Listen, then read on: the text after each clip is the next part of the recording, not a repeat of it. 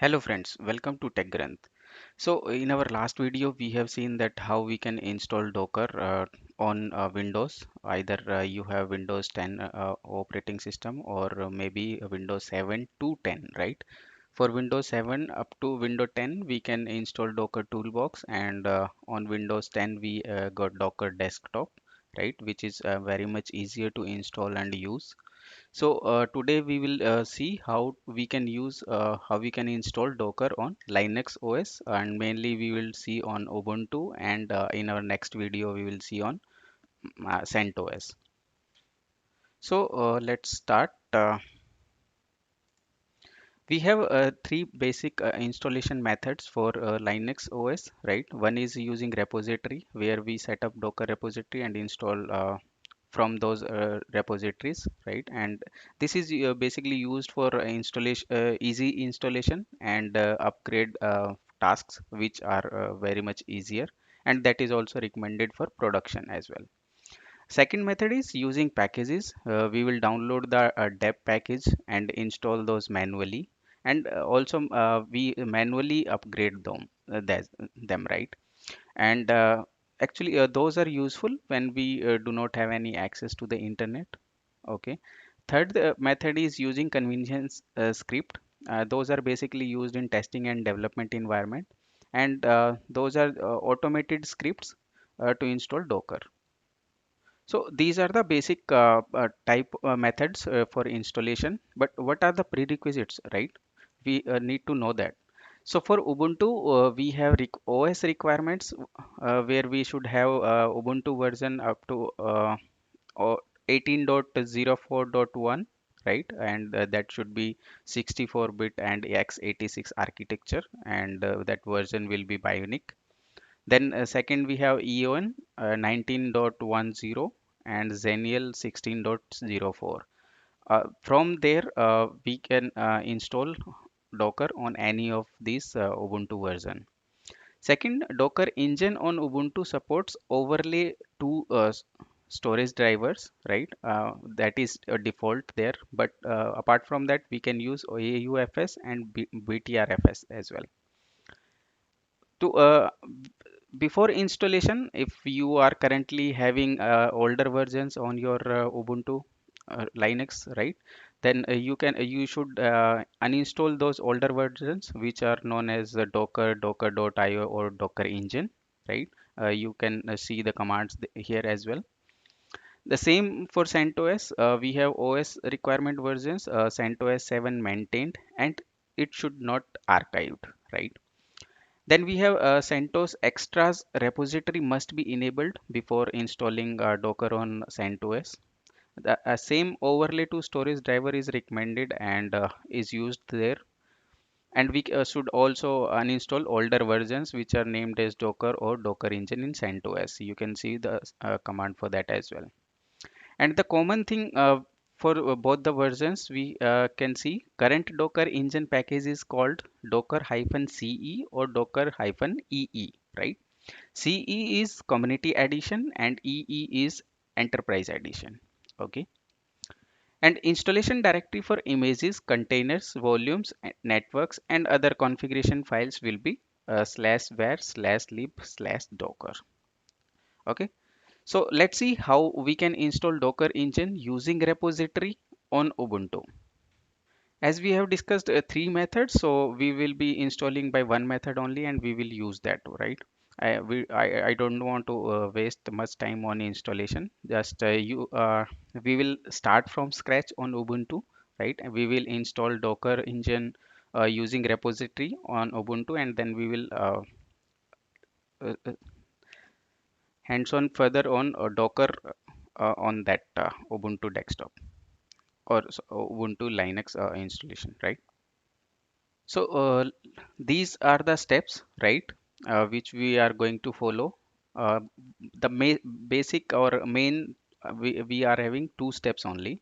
First is set up the repository and then install Docker Engine using that repository.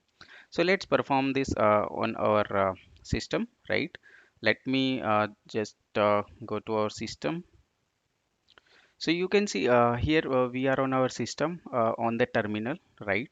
And this is a basic and scratch operating system which I just installed, and we are going to first install Docker on this, right? So don't worry, this is just from scratch. You can start even from here.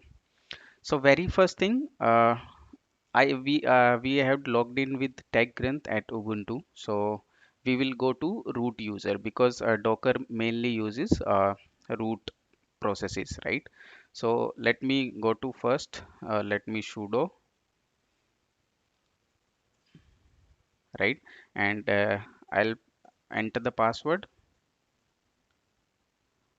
Okay,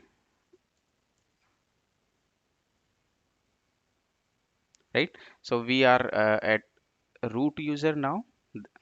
So let's first just do apt-get update, right?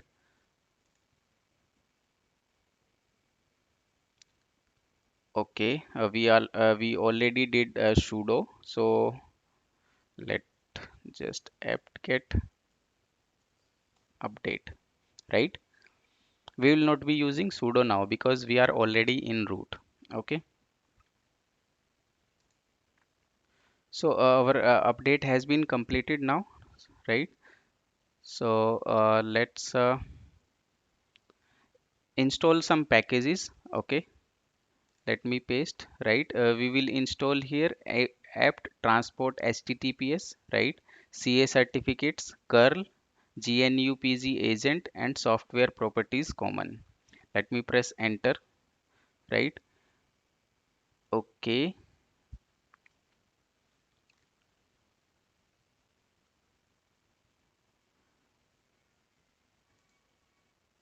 okay, what we will do for this error, we will just lsof, right. We will write command lsof and this package.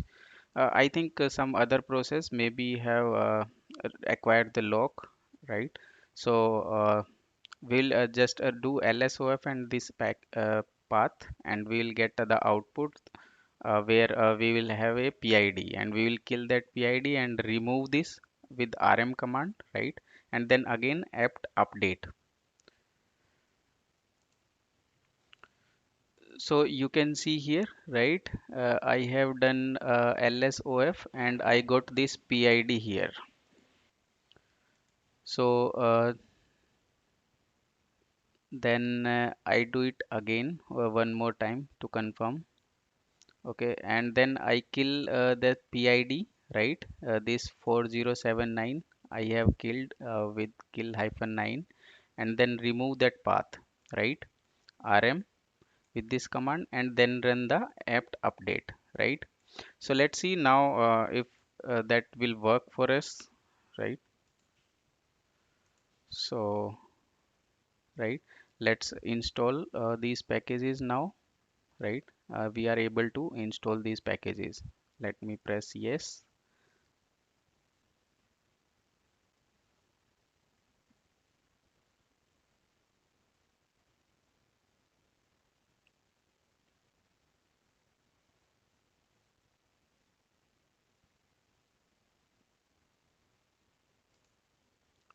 So the installation of these packages have been completed. Let me clear the right terminal, and now we will add the Docker official GPG key, right. So let me download this from here, right. Download docker.com Linux Ubuntu for Ubuntu, and we will download this GPG. Press enter. Okay, this has been done. Now we will just apt get apt key, and now we will verify the fingerprint, okay, for this GPG key.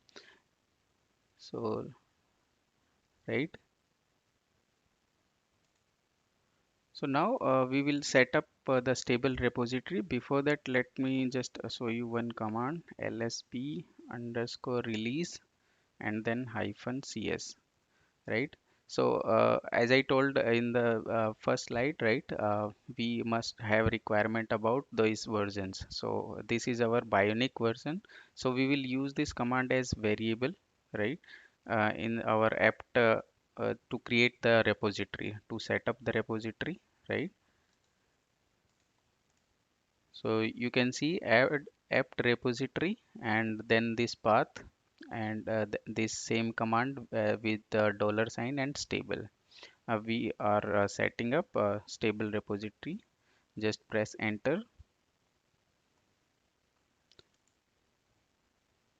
So it will set up the repository for us. We can use other repository as well, like nightly and test channels, right? Tell you about those, but we will be using stable only. Because,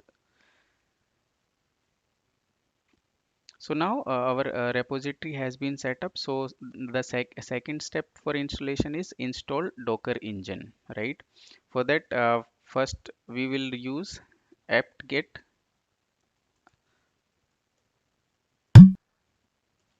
apt-get update, right? First we will update our packages or our repository.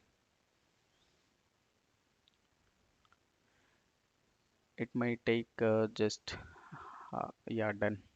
So let me clear my screen, and now apt-get install Docker hyphen CE, as I told, the newer version called CE or EE, right? That is for Docker. Then Docker hyphen CE hyphen CLI for command line, right? And for container.d.io, that is for daemon, right? Container D. Press enter, right? It will install these packages for us. Press yes.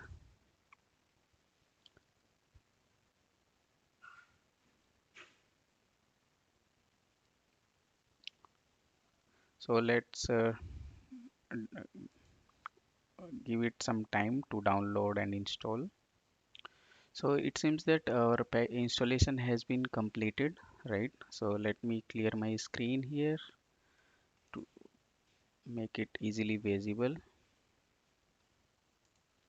So as you can see, we have used this command, right? The docker -c without specifying any version. So what it will do, it will install the latest version for us, right? So let me just cancel it, right?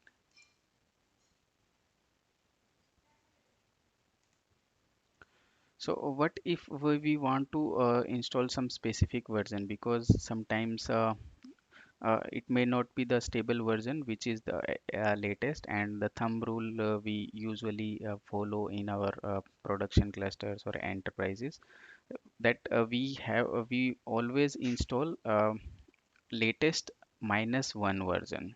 If we want to the updated one, we will never install the latest one.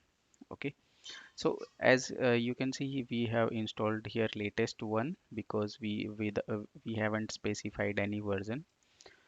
So let me just show how we can install the required version. This is command which will show that available versions in our repo, which versions we are having in our repository, to which can we can install. So you can see we have 5.19.03 and 8.30, right? 7.30, 6.30, and up to this, right? We are having 5.18 versions as well, right? So then how we will install the specific version? We cannot give directly this name, right? Okay, actually, my mistake. We will use the same this version line, right, for required version. Let me show you the command for that, right?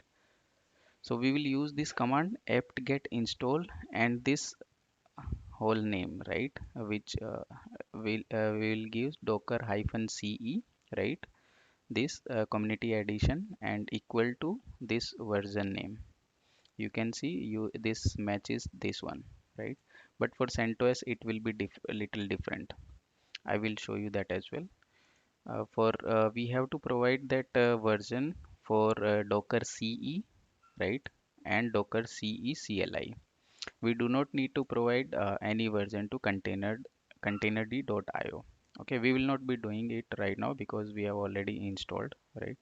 So let me just control C, and so as you have seen, we have already installed our version. So let's verify which version we got, right?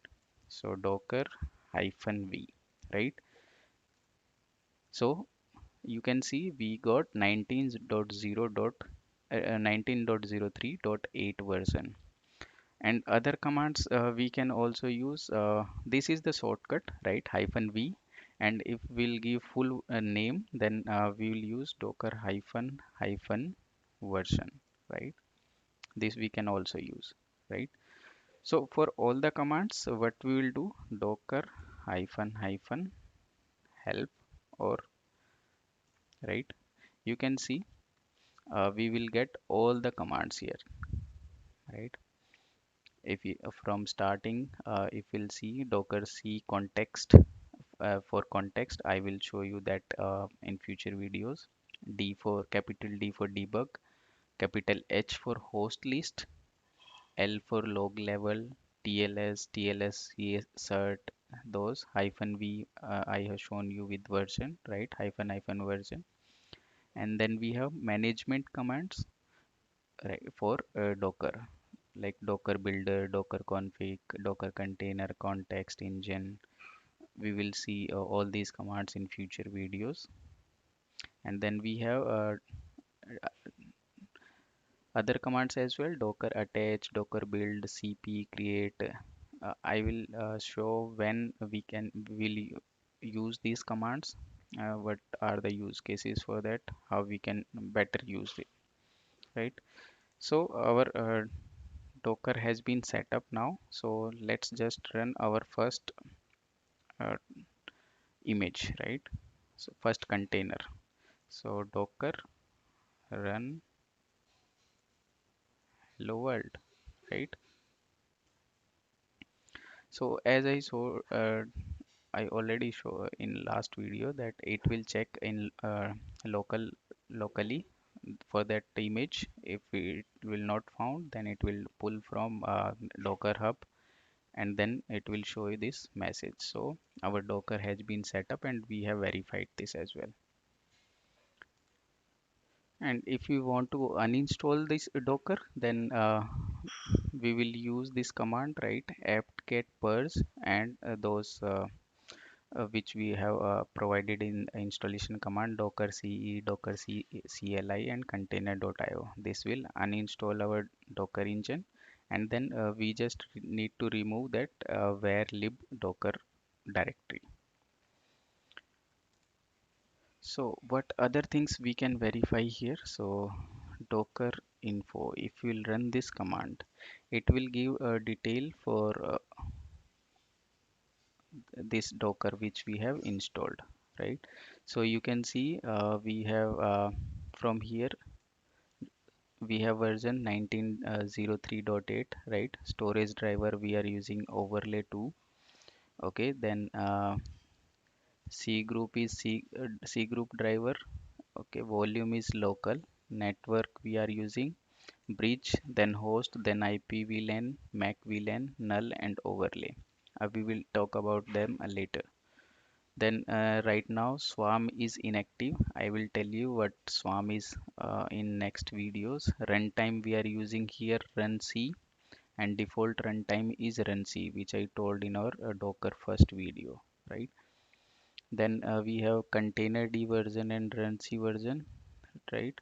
And the important thing is here we have operating system is Ubuntu 18.04.3, LTS long time support.